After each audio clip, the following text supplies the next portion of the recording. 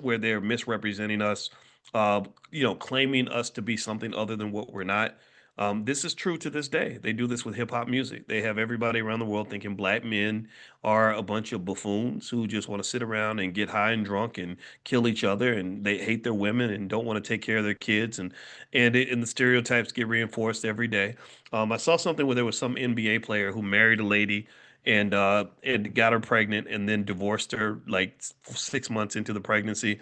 And I just said it's so fascinating that we just don't even bat an eye when we create yet another child that isn't going to have a mother and a father in the house, which is quite interesting, right? It's quite interesting that this is what gets marketed when this doesn't represent who we are. That isn't the best of us.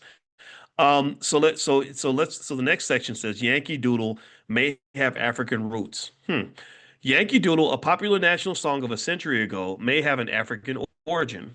Yankee Doodle shows a strong similarity to a slave song from Suriname, which goes like this: Mama Nanny goes to town, buy a little pony, stick a feather in a ring, call it Maserati. What do y'all think? Guilty or you think they're innocent or guilty? You think they stole that? You know they come on. What do y'all think? Isn't that interesting? So Yankee Doodle apparently is truly a song that was made by black people, but then again, what wasn't created by black people? All right. So here's the next section. It says Woodrow Wilson deceived black voters. This is page 143 of the book Dirty Little Secrets by Dr. Claude Anderson. You can get a copy of this book at powernomics.com. So go to powernomics.com and get copies for your kids and for your family. All right. Woodrow Wilson needed the black vote to win the election. He was heavily racist, by the way. Woodrow Wilson needed the black vote to win the presidential election in 1912. In a formal statement to blacks, Wilson said he, quote, wished to see justice done to the colored people in every manner, and not mere grudging justice, but justice with liberality and cordial good feelings, end quote.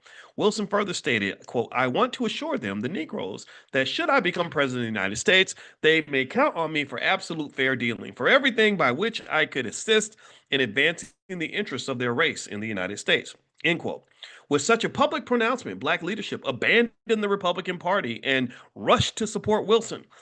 W.E.B. Du Bois was one of the first to champion Wilson's candidacy.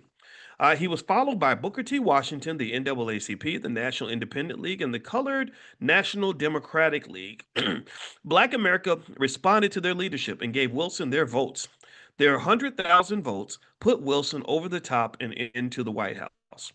After Wilson won the election, Congress drafted and sent to the president for his approval the greatest flood of new laws that discriminated against blacks that had ever been introduced by the United States Congress. The proposed laws advocated segregation on public carriers, in hotels and workplaces, and total exclusion of blacks from military and federal jobs. President Wilson thumbed his nose at black people and approved all of the proposed laws that propelled black people backward. Conditions became unbearable in the South, and that triggered the great migration of blacks from the South to the large urban cities in the North between the 1920s and 1930s. Wilson encouraged the rigid maintenance of Jim Crow segregation in every department of the federal government. In offices that traditionally hired blacks, the jobs were given to deserving white Democrats. So Woodrow Wilson was one of those first presidents to cut all the DEI programs. So even in the departments that black people were traditionally hired, he wanted to get white people in there. And he, as it happened to be a Democrat, not to say Republicans are any better. Y'all know how the game works. He literally lied to black people. And this is so interesting. This pretty much says that politicians have been lying to you for at least 115 years, probably longer than that.